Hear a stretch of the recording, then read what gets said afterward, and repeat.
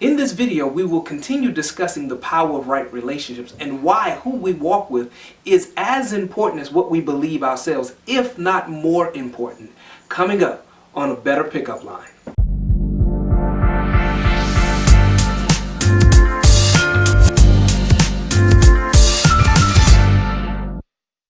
Now, before we get into today's video, if you find the information on this channel helpful, then go ahead, click the subscribe button, and also share this information with other people so that it can be of benefit to them as well.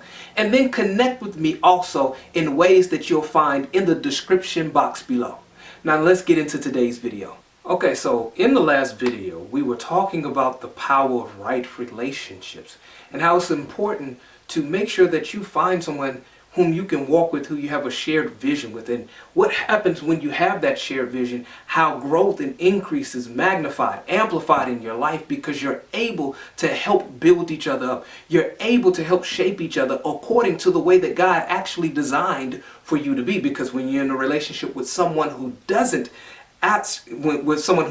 see you as God sees you, they aren't able to help shape you. They aren't able to help mold you. They aren't able to be a tool or instrument that God can use to help direct and bring about change into your life.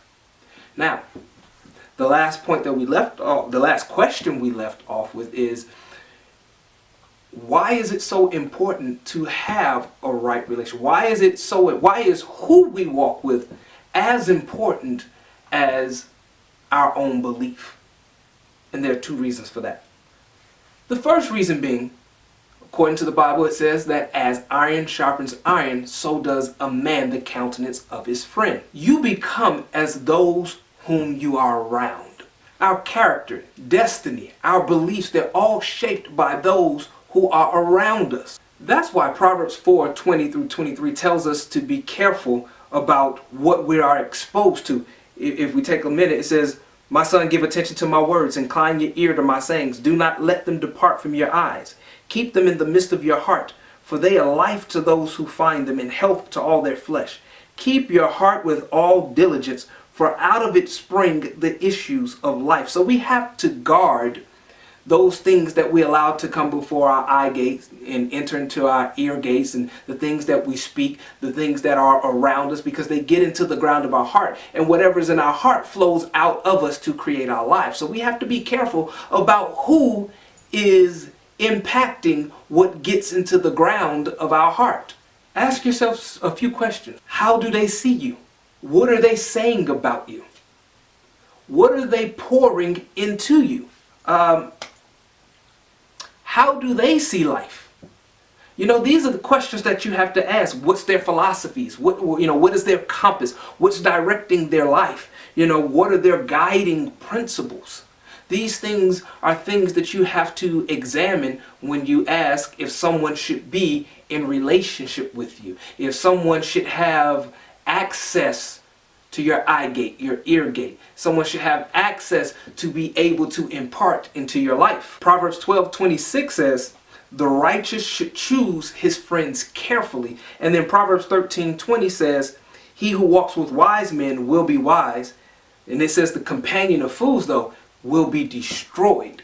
So basically, your life ends up going according to those whom you have around you. And you want to make sure that you have people around you who are edifying you, who are building you up, who are helping you to fulfill God's will for your life. Now, if someone can't see who you are, they can't be of benefit to you as far as you fulfilling God's will for your life. And it doesn't mean that they're a negative person, that they're a bad person. It just means that the two of you aren't designed to walk together in a relationship because you don't see who the other person is. You have no insight into them.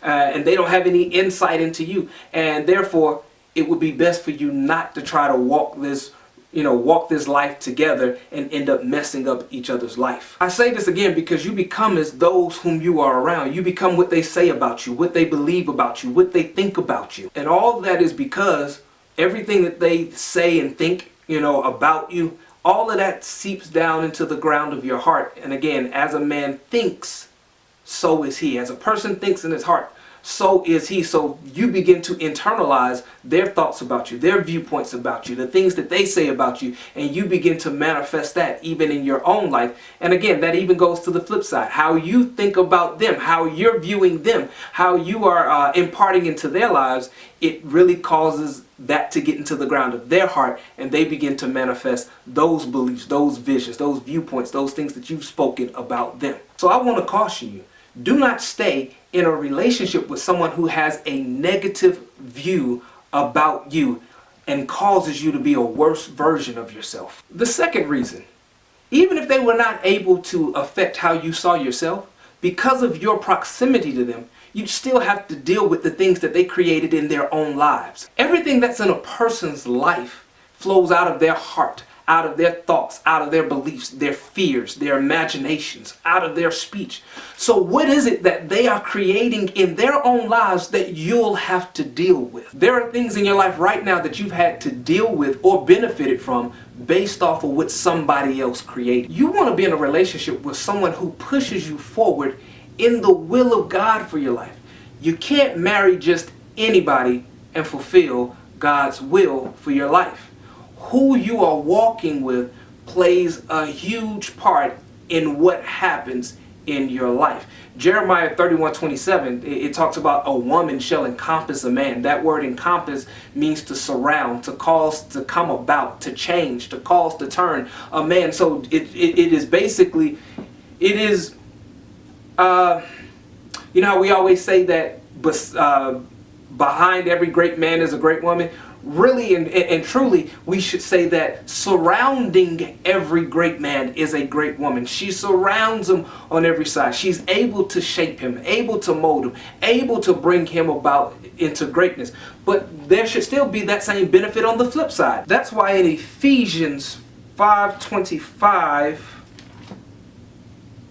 give me just a second. So Paul is speaking, he's speaking to the church, and he tells, in verse 25, he tells the husbands, love your wives just as Christ also loved the church and gave himself for her, that he might sanctify and cleanse her with the washing of water by the word, that he might present her to himself a glorious church, not having spot or wrinkle or any such thing, but that she should be holy and without blemish. So husbands ought to love their own wives as their own bodies.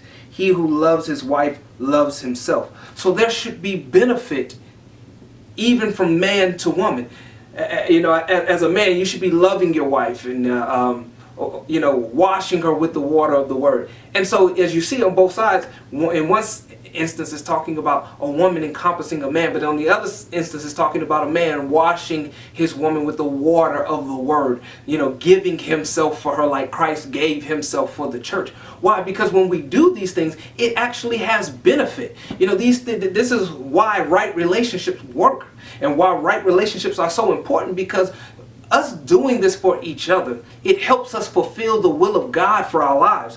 In Genesis 11, again, it talks about the people being one and of one language. And now, no matter what they proposed to do, it wasn't going to be withheld from them because they were in a spirit of unity, seeing the same thing. Now, if you want to accomplish extraordinary things, you have to have a relationship with someone who sees what you see, whom you agree with, so that you can accomplish those extraordinary things.